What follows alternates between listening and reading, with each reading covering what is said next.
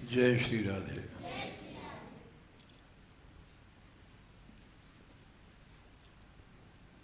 प्रसंग चल रहा है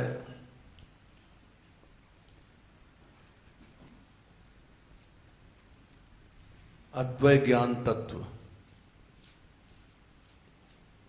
श्रीमद् भागवत में प्रथम स्कंद के दूसरे अध्याय में ही सूत जी ने बताया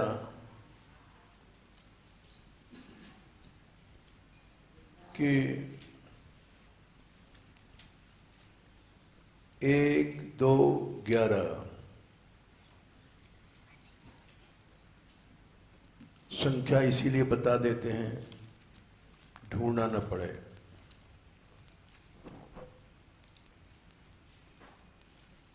कि वो अद्वय ज्ञान तत्व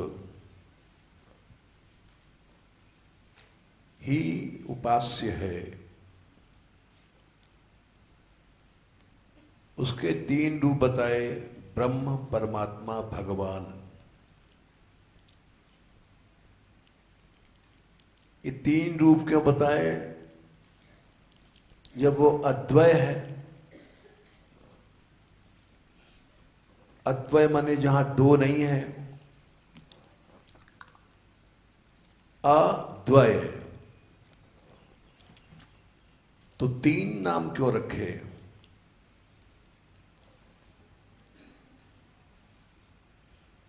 तो उन्होंने कहा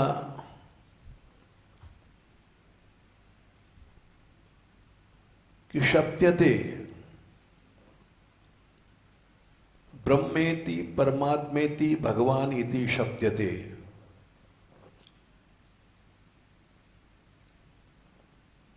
उसका 3 प्रकार से शब्द माने नाम रखा गया है।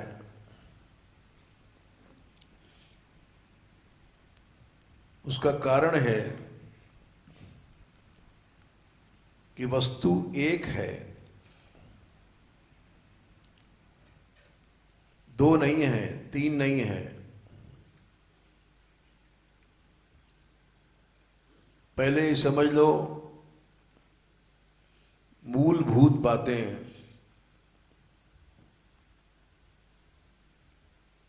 जो मूलभूत बातें हैं उनको समझे बिना संदेह नहीं रहता।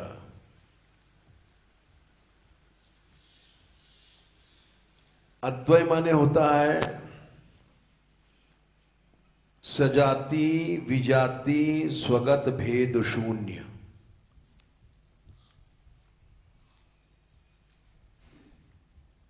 ये वेदांत का शब्द है। 3 प्रकार के भेद होते हैं। सजातीय भेद, जैसे हम लोग मनुष्य जाति के हैं। एक कुत्ते गधे आदि पशु जाति के हैं, तो सजातीय भेद हो गया।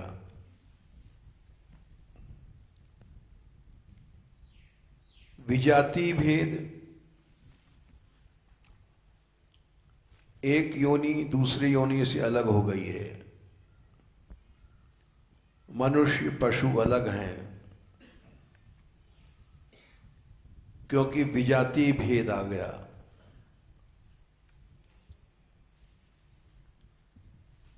सजातीय भेद क्या है? मनुष्य, स्त्री, ये सब नर योनि में है, फिर भी इसमें भेद आ गया। ये पुरुष है, ये स्त्री है, या ब्राह्मण है, क्षत्रिय है, वैश्य है, शूद्र है। अनेक भेद बढ़ते गए। सजातीय में भी कई भेद होते हैं। तो सजातीय भेद, विजातीय भेद,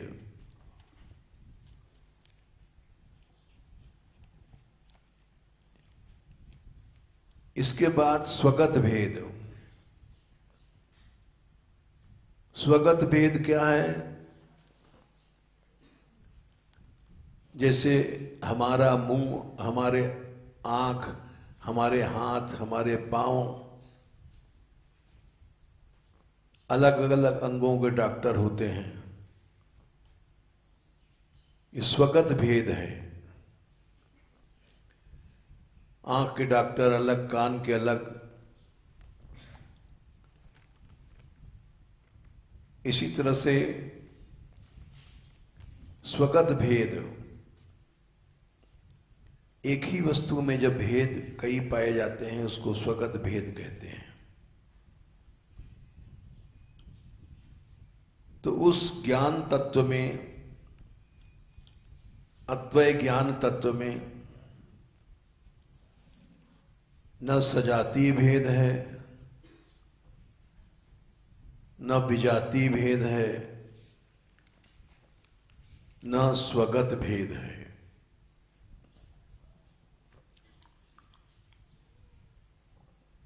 फिर सगुण साकार, निर्गुण निराकार, ये भेद क्यों है?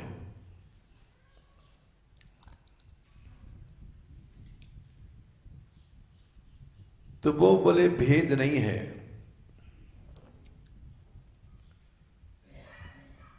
वो तो आविर्भाव है। जैसे सूर्य एक है, सवेरे का सूर्य अलग है, दोपहर का सूर्य अलग है, संध्या का सूर्य अलग है। सूर्य एक है, आविर्भाव की दृष्टि से उसके भेद किए गए। सूर्य बदलता नहीं है। आज यहां सवेरा है, दूसरे देशों में दोपहर होगी, उससे अलग देशों में संध्या होगी, और कहीं कहीं रात होगी। सूर्य दिखाई नहीं पड़ेगा। इस उदाहरण से समझ लो कि सूर्य एक है, लेकिन आविर्भाव दृष्टि से कहीं सवेरा हो रहा है, यानी सूर्य दिखाई पड़ रहा है शुरू का, कहीं दोपहर है, यानी सूर्य चमक रहा है सिर के ऊपर, कहीं संध्या है, सूर्य छिपने जा रहा है, कहीं रात है। उसी तरह से वो ज्ञान तत्व एक ही है, उसको अद्वय ज्ञान तत्व कहा गया। लेकिन आविर्भाव की दृष्टि से तीन नाम है: ब्रह्म, परमात्मा, भगवान।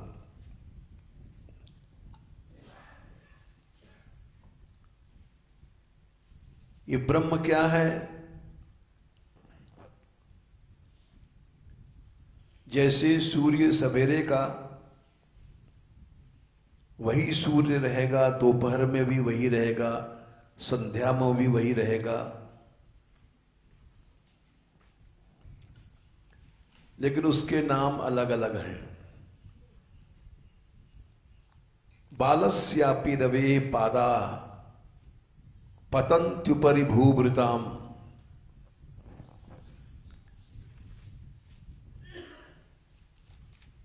बालक सूर्य यानी सवेरे का सूर्य भी जब उदय होता है तो उसकी किरणें पर्वतों के मस्तक पर पड़ती हैं। वो चाहे दोपहर का सूर्य है, चाहे संध्या का सूर्य है, वही रहेगा। लेकिन सवेरे किरणें दूसरी होती हैं आविर्भाव की दृष्टि से, दोपहर की किरणें दूसरी होती हैं, प्रखर होती हैं, उष्णता ज्यादा होता है। संध्या को किरणें प्रखर मन तीव्र नहीं रहती हैं, धीमी पड़ जाती हैं। सूर्य डूबने वाला है,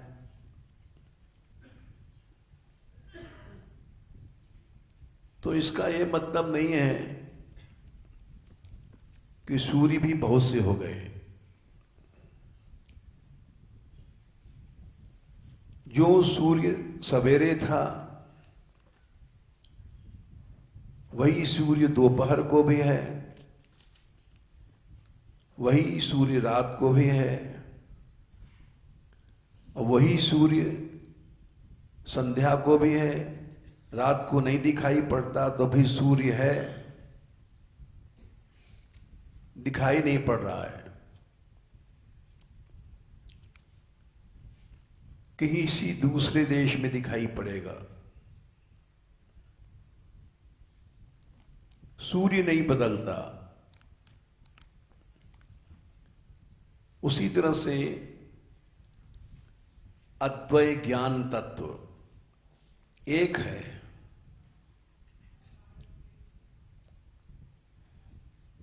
एक तो 11 में जो बताया अद्वय ज्ञान तत्व,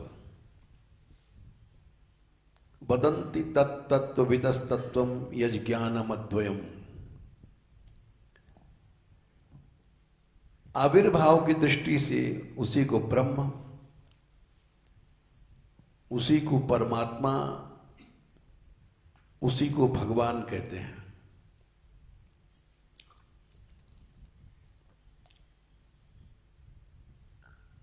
ये तीन नाम क्यों किए गए? जैसे सूर्य में सवेरे किरणें हैं, लेकिन प्रातःकालीन सूर्य होने के नाते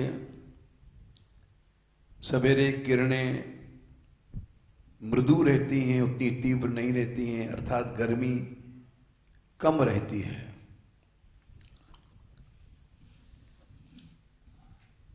दोपहर के सूर्य में गर्मी बढ़ जाती है और संपूर्ण किरणें सामने आ जाती हैं।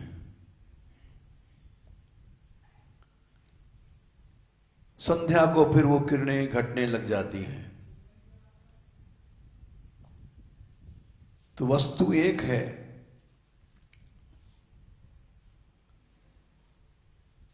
विकास की दृष्टि से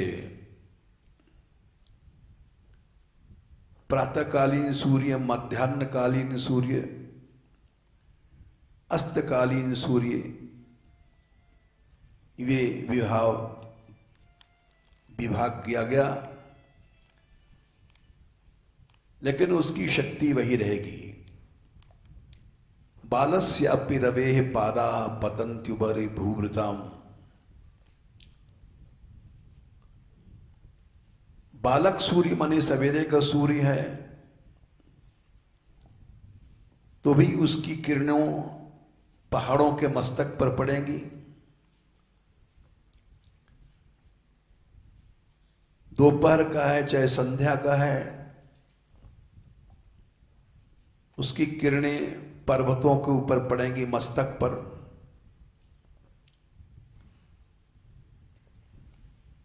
इसीलिए तेजस्वी पुरुषों की आयु नहीं देखनी चाहिए। छोटे छोटे हैं, सनकादिक 5-5 वर्ष के, लेकिन वो भी ईश्वर हैं।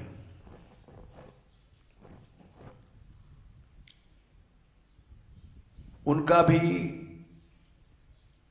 वही प्रभाव है जो भगवान का है।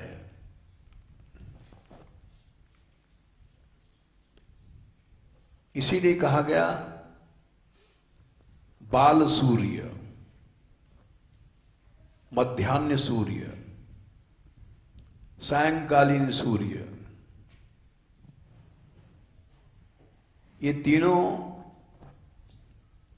अलग अलग दिखाई पड़ते हैं, किंतु इनमें वही प्रभाव है, संपूर्ण प्रभाव है। प्रभाव कम ज्यादा नहीं होता है। आविर्भाव तिरोभाव से मतलब है शक्तियों का विकास।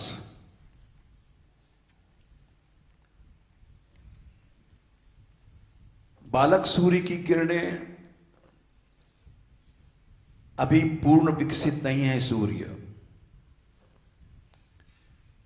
इसलिए किरणों का संपूर्ण विकास नहीं है। मध्याह्नकालीन सूर्य में पूरा विकास है, लेकिन वो वही बात है, बालस्यापि रवेः पादाः पतन्त्युपरि भूभृताम्। चाहे बालक सूर्य है, अभी पैदा हुआ है, लेकिन फिर भी उसकी किरणें पर्वतों के मस्तक पर ही पड़ेंगी। तेजस्वी पुरुषों की आयु आदि नहीं देखनी चाहिए। सनकादिक बालक हैं, लेकिन भगवान हैं।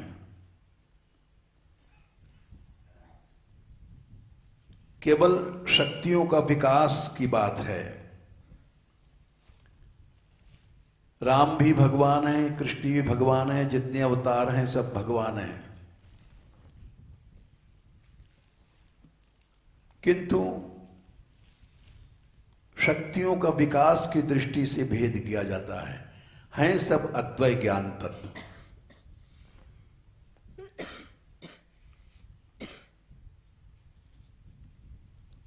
सबसे कम विकास को ब्रह्म कहा गया।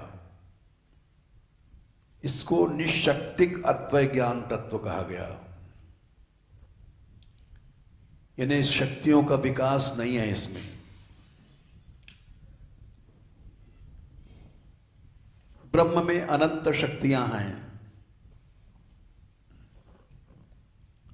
और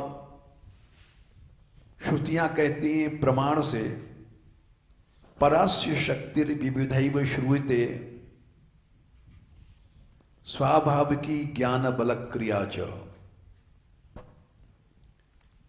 परास्य शक्तिर, भगवान की शक्ति विविध माने अनंत है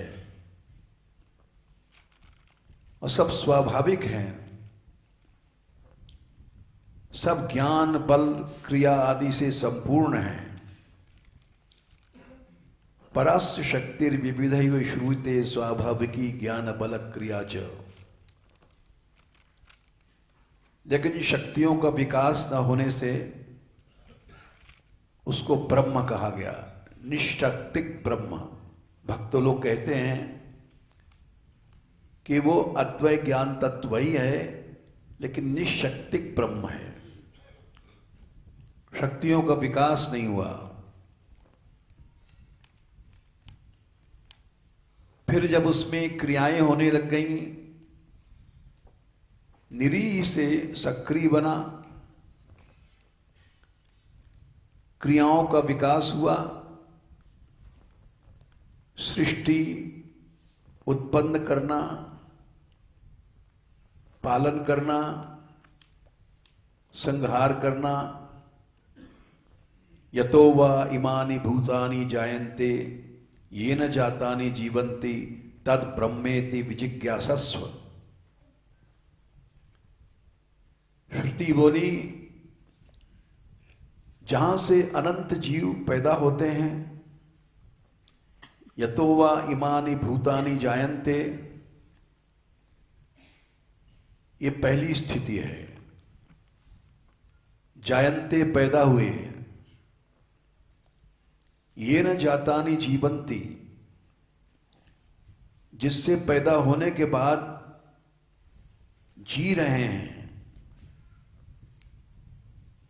बिना भगवान की कृपा के कोई जी नहीं सकता। जीवन शक्ति भगवान में है, न अन्न में है, न पानी में है। ये न जातानि जीवंती यत् प्रयन्ति, और जहां लीन हो जाते हैं, प्रलय और संविशंति, लीन होने के बाद जहां रहते हैं वही ब्रह्म है। तो उसको परमात्मा कहा गया। ब्रह्मेति परमात्मेति, ये भेद है। ब्रह्म जब था तब उसमें क्रिया नहीं थी, शक्तियों का विकास नहीं था। जब उसमें शक्तियों का विकास हुआ, प्रलय, सर्ग विसर्ग इत्यादि, तब परमात्मा बन गया। इसके बाद जब संपूर्ण विकास हो गया, तब भगवान बन गया। भगवान माने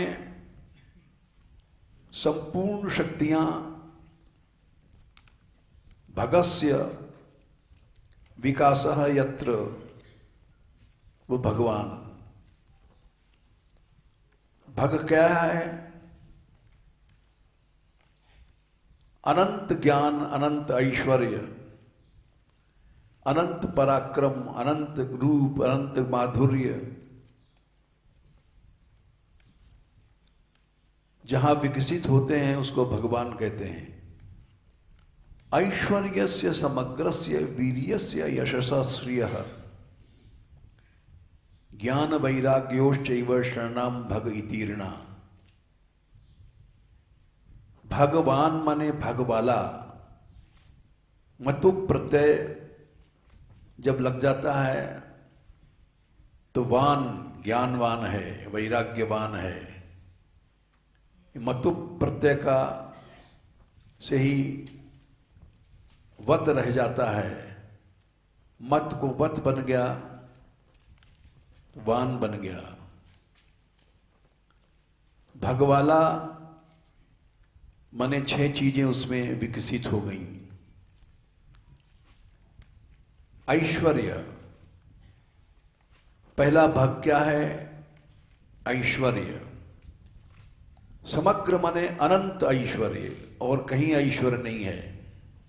मालकियत, हुकूमत, शासन, ईशता, ये ऐश्वर्य है।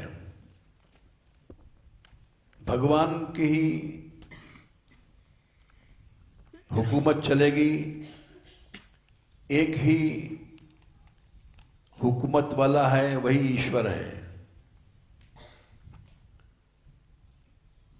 वीर्य माने बल,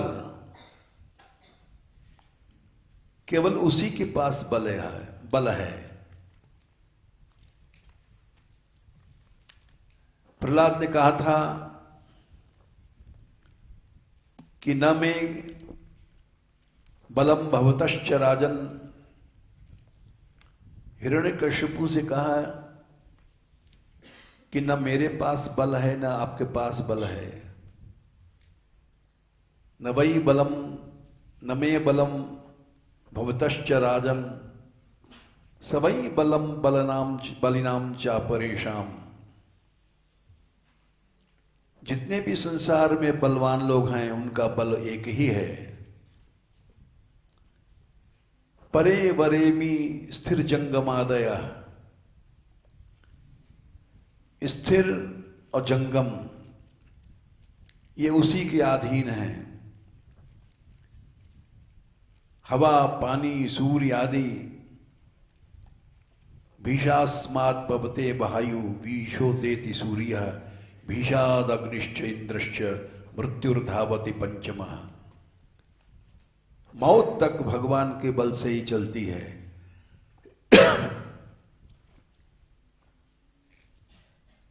चर अचर, पेड़ों में फल आ रहे हैं, ये उसी की शक्ति से आ रहा है। नदी बह रही है, उसी की शक्ति से। भीषास्मात् पवते वायु, हवा चल रही है, उसी की शक्ति से। ऑटोमेटिक सब काम हो रहा है। तो इसलिए अनंत ज्ञान नहीं, अनंत ऐश्वर्य एक भग, अनंत बल वीर्य दूसरा भग। ऐश्वर्य समग्रस्य वीर्यस्य यशसः श्रियः। अनंत यश ये तीसरा बल। यश या कीर्ति या प्रभाव ये केवल उसी का है। यशसः श्रियः, श्री माने शोभा, श्री माने संपत्ति। चर अचर संपत्ति दो प्रकार की होती है, वो उसी की है। कांति, सौंदर्य, ये सब श्री के अंदर आते हैं।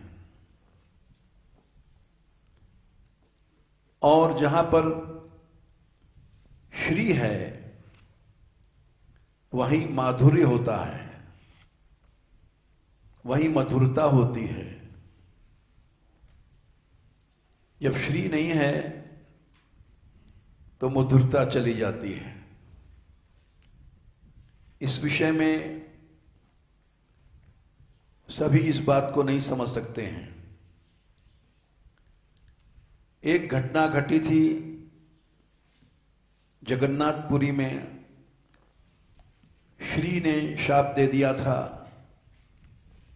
भगवान को। तो वहां दोनों कृष्ण बलराम भूखे मरने लग गए।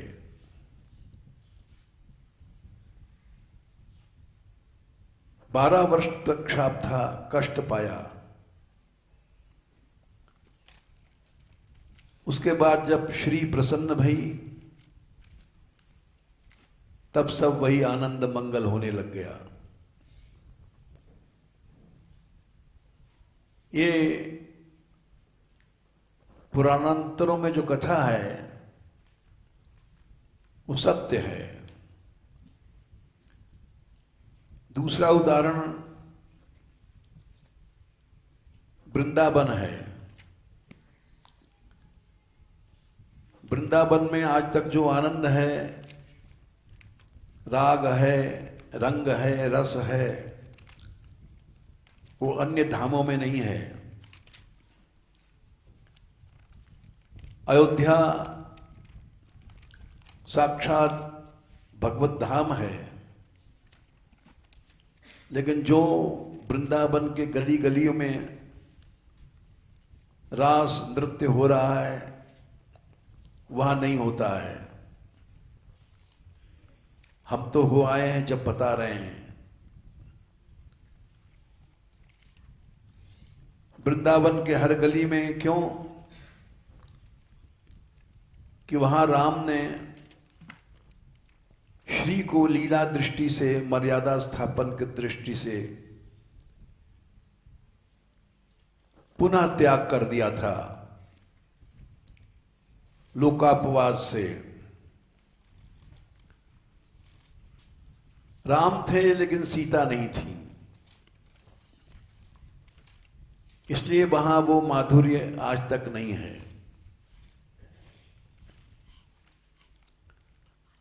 और यहाँ कृष्ण थे, कृष्ण चले गए मथुरा द्वारका, राधा रानी नहीं गई। इसलिए आज भी यहाँ माधुर्य है, रस है, जहाँ श्री रहती है वहीं सौंदर्य, माधुर्य, रस आदि प्राप्त रहता है। ये प्रत्यक्ष प्रमाण है। बोले और तो क्या, भागवत कहती है वृंदावनम पुनम पुनः प्राप्य नवीनेव स्वरूपिणी। स्वयं भक्ति देवी ने कहा है, सारे संसार में मैं घूम आई, बुढ़ी हो गई थी, लेकिन वृंदावन को प्राप्त करके नौजवान सुंदरी बन गई। वृंदावनम पुनः प्राप्य नवीनेव स्वरूपिणी जाता हम सम्यक प्रेष्ठ रूपा तु सांप्रतम। सौंदर्य, रूप, यौवन सब मुझे प्राप्त हो गया। ये पुराण का प्रमाण है, भागवत महात्म्य का। मैं फिर से जवान हुई, पुष्ट हुई। ये आज भी ये धाम है। इस धाम में प्रभाव है जो संसार के किसी धाम में नहीं है। ये निष्पक्ष बात है। और दक्षिण में भी हुआ ही, कर्नाटक में जन्मी थी, गुजरात में बूढ़ी भई, और ये सब करने के बाद जब वृंदावन में आई,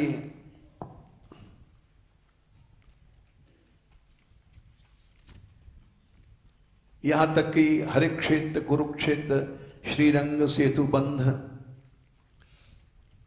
आदि तीर्थों में कहीं भी मुझे ऐसा नहीं अनुभव हुआ जैसा कि यहाँ वृंदावनस संगं संयोगात पुनस्त्वम तरुणी नवा। उसी बात को नारद जी ने कहा है, हे भक्ति, तुम तो जो कह रही हो वो मैं देख रहा हूं। 1, 2, 50 में भक्ति ने कहा है, वृंदावनम पुनः प्राप्य नवीनेव स्वरूपिणी जाता हम युवती सम्यक प्रेष्ठ रूपा तु सांप्रतम। फिर नारद जी ने स्वयं कहा है 1:1:61, 1:1:50 में भक्ति बोली है और 1:1:61 में नारद जी ने कहा है कि भक्ति तुम यहां आकर के वृंदावन में फिर से जवान बन गई हो। ये प्रत्यक्ष इस धाम का, जिसको हम लोग प्राकृत दिखाई पड़ता है, प्रकट जगत में जगमगए वृंदा विपिन अनूप, नयन अछत दिखे नहीं यह माया को रूप। ये हमारी आंखों पर माया है, इसलिए ये प्राकृत जैसा दिखाई पड़ता है, लेकिन इसका प्रभाव चिन्मय है। दिखाई पड़ता है हमको प्राकृत, क्योंकि हम अधिकारी नहीं हैं, किंतु इसका प्रभाव चिन्मय है। जब भक्ति ने कहा तो उसी बात को नारद जी ने पुष्ट किया 1:1:61 में, वृंदावनस संयोगात पुनस्त्वम तरुणी नवा। भक्ति तू तो जवान हो गई है। तरुणी माने नवा, एकदम जैसे कोई जवान स्त्री होती है, नई नवयुवती, धन्यम वृंदावनम तेन भक्तिर्नृत्यति यत्र च। धन्य है वृंदावन धाम। और इसीलिए इस धाम में हम समझ नहीं पाते हैं, क्योंकि प्राकृत दृष्टि है, प्राकृत बुद्धि है हमारी। लेकिन इसलिए प्राकृत होते हुए, दिखाई पड़ते हुए भी, दिखाई पड़ता है यहां भी गंदी नालियां, मलमूत्र, चोर बदमाश डाकू, लेकिन फिर भी यहां लोग क्यों आते हैं? क्योंकि दिखाई पड़ता है प्राकृत, लेकिन इसका प्रभाव चिन्मय है। इसलिए ये प्रमाण है कि भक्ति भी जो प्राकृत दिखाई पड़ रहा है, ब्रज वृंदावन, इसमें आकर के वो अपनी चिन्मयता को प्राप्त करती है। यानी प्राकृतत्व की दृष्टि में भी अप्राकृतत्व चिन्मयता इसका फल है, इसका परिणाम है। क्यों है? क्योंकि श्री राधा रानी प्रकट लीला में यहां से नहीं गई। जैसे साकेत से सीता जी चली गई थी राम की इच्छा से, तो वो प्रभाव यहां भी दिखाई पड़ रहा है। नारद जी ने भी कहा कि अहम तु पृथ्वी या तो 1-1-28 से बोलना शुरू किया है।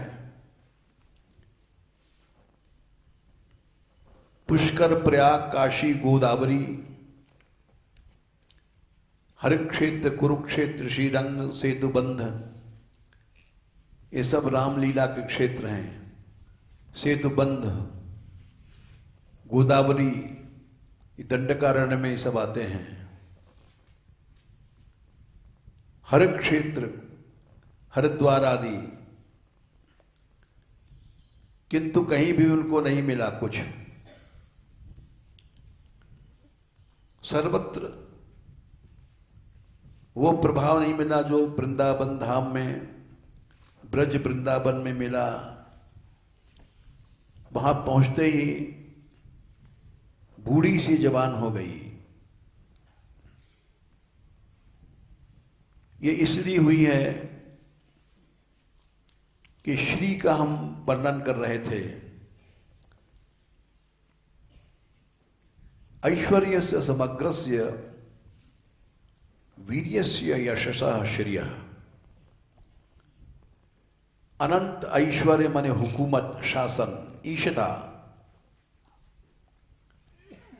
अनंत वीर्य, शक्ति, वीरस्य भावः वीर्यः, वीर्यम, यानी शक्तिशाली के पास प्रभाव होता है। ऐश्वर्य समग्रस्य वीर्यस्य यशसः श्रियः, उसका यश होता है, ये प्रभाव में यश आता है। उसमें अनंत श्री माने संपत्ति, सौंदर्य, माधुर्य आदि गुणों के समुच्चय का नाम है शक्ति। श्री, जहां श्री है,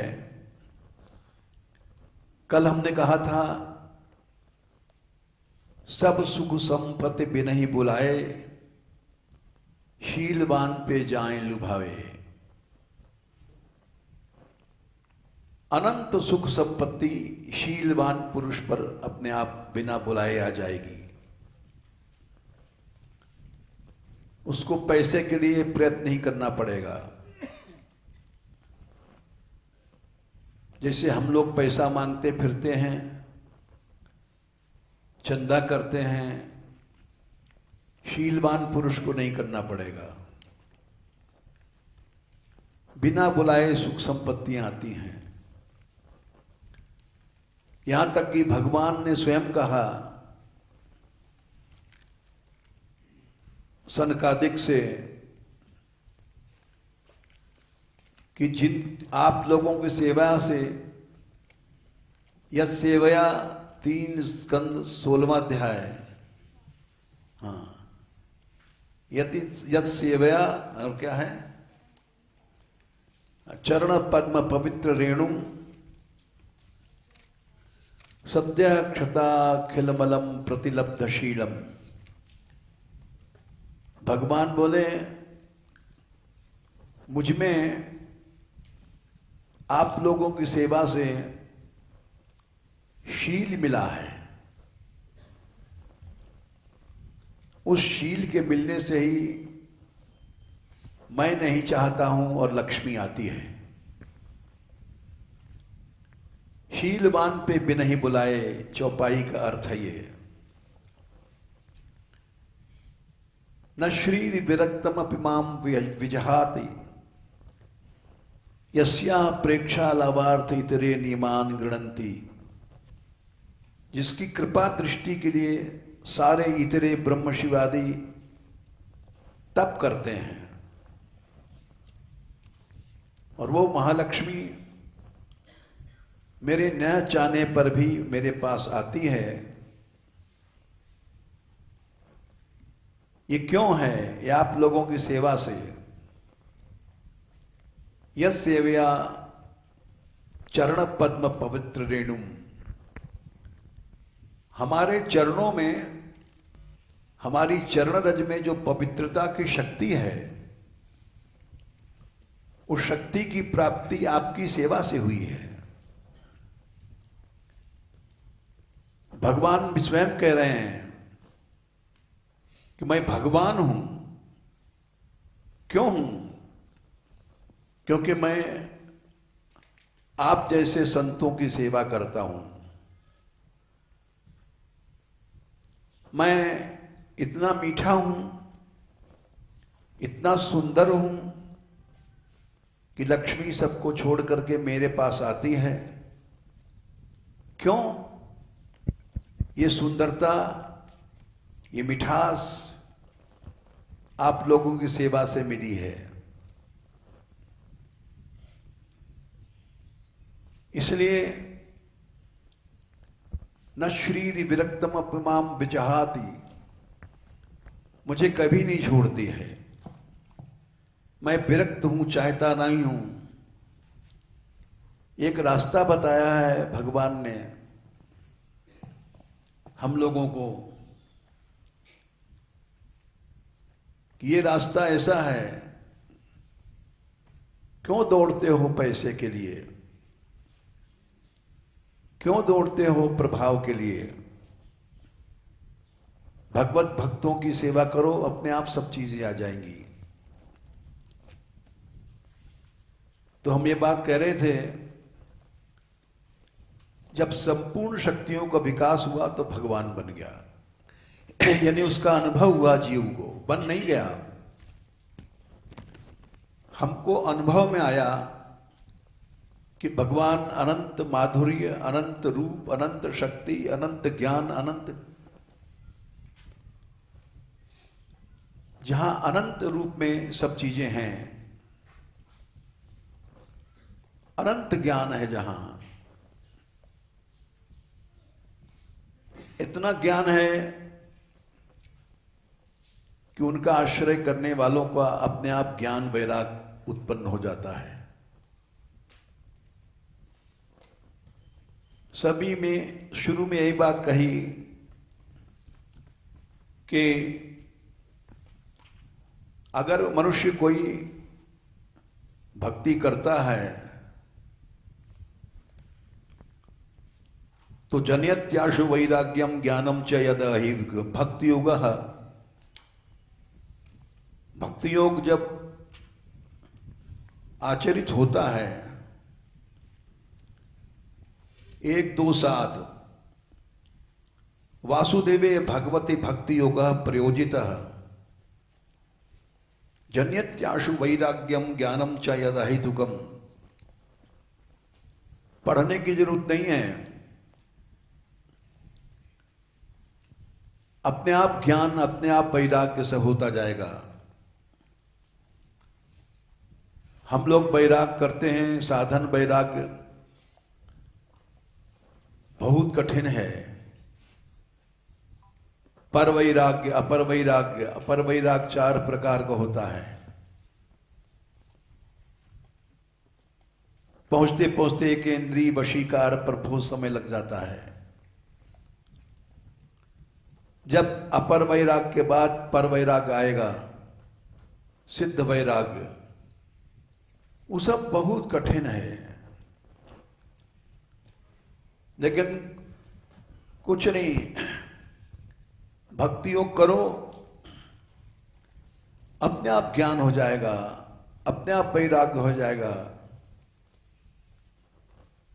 कबीर ने मस कागज कलम छुआ नहीं लिखा है, कागज कलम कभी छुआ नहीं, और उनको सब ज्ञान हो गया भगवान की भक्ति के प्रभाव से। उन्होंने अपने दोहों में इस बात को व्यक्त किया है। इसी तरह से गोसाई जी ने दोहावलियों में लिखा है। अनेक अनुभव उन्होंने लिखे हैं और 4 वेद 6 शास्त्र, ये सब पढ़ने के बाद भी उसमें भक्ति नहीं तो वह पक्षी चंडूल, ऐसा दोहा आता है। चांडाल पक्षी है, कौआ बनने का श्राप दिया था लोमश ने काकभुषुंडी को, जो चांडाल पक्षी होता है। लेकिन भक्ति के प्रभाव से वो गरुड़ के गुरु बन गए। इसलिए वासुदेवे भगवती भक्ति योग प्रयोजितः जन्यत्याशु वैराग्यम ज्ञानम च यदहितुकम। जितने भी सूर आदि हैं, तुलसी आदि हैं, ये बिना पढ़े ही इनके मुंह से जो वाणी निकली है, ऐसा कहते हैं कि तुलसीदास जी काशी में पढ़े थे। काशी में तो आज भी बहुत से लोग पढ़ रहे हैं, सदा से पढ़ते आए हैं। पढ़ने से नहीं होता है, भक्ति के कारण नाना पुराण निगमागम सम्मतम, रामायण को जो कहा है।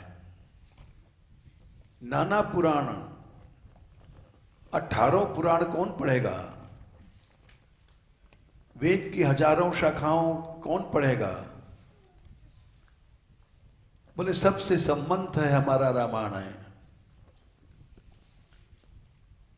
ऐसे ही सूरदास जी ने जो लिखा है,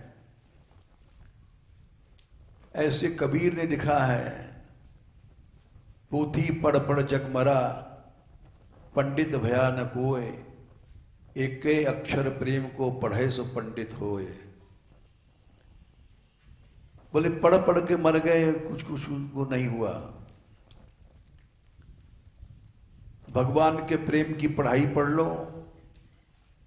यस्मिन् ज्ञाते सर्वमिदं ज्ञातम भवति, उपनिषद भी कह रहा है, वेद भी ही कह रहे हैं। इसलिए भक्तों को चरित्र चल रहा है। क्यों चल रहा है? इसलिए चल रहा है कि हम लोग भक्तों की महिमा जाने। आज यही एक दुख की बात है कि भक्तों में आपस में महिमा ज्ञान न होने से राग द्वेष है। सांप्रदायिक द्वेष भी इसीलिए है कि हम लोगों में भाव नहीं है। जहां भाव होता है वहां द्वेष नहीं होता। भगवान ने कहा अद्वेष्टा सर्वभूतानाम। भक्त का पहला लक्षण अद्वेष बताया। और आजकल हर गुरु पहले पहले द्वेष सिखाता है कि तुम लाल कपड़ा हो, सफेद वाले के पास नहीं जाना, सफेद वाले हो लाल के पास मत जाना, उसको वो अमुक संप्रदाय है, अमुक संप्रदाय है। अद्वेष्टा शिक्षा नहीं है। जहां भगवान की कृपा होती है, ईशाम सैव भगवान दयेदनंतः सर्वात्मनाश्रित पदो यदि निर्बलीकम ते दुस्तराम अतितरंति च देव मायाम नैशाम ममाहति ममाहमति बुद्धि श्वश्रृगाल वक्षे। ममाहम बुद्धि खत्म हो जाती है। ये कृपा का लक्षण है। और ममाहम बुद्धि बढ़ गई, ये कृपा का लक्षण नहीं है। कृपा का लक्षण है सर्वाणि मध्यश्रणतया भवद्भिः चराणि भूतानि सुता ध्रुवाणि संभावितव्यानि पदे पदे वे विविक्त दृग्भिस्तदुहार हरणम में। अरे मनुष्य नहीं, चर अचर सब में भगवत बुद्धि हो जाए। एक नाथ ने गधे को जल पिलाया और भगवान ने कहा हमारी प्यास बुझ गई। क्यों? सर्वाणि मध्यश्रितया भवद्भिः। ऋषभ भगवान ने कहा है